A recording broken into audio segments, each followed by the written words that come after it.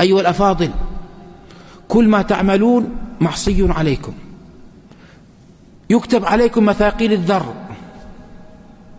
فمن يعمل مثقال ذرة خيرا يره، ومن يعمل مثقال ذرة شرا يره. الإحصاء في كتاب لا يغادر صغيرة ولا كبيرة إلا أحصاها، كل شيء مستطر.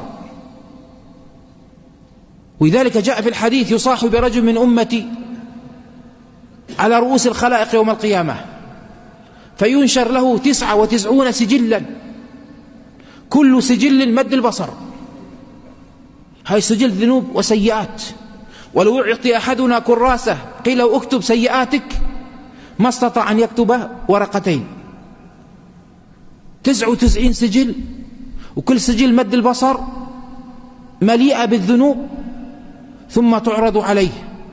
وكل إنسان ألزمناه طائره في عنقه ونخرج له يوم القيامة كتابا يلقاه منشورا اقرأ كتابك كفى بنفسك اليوم عليك حسيبا. أحصاه الله ونسوه.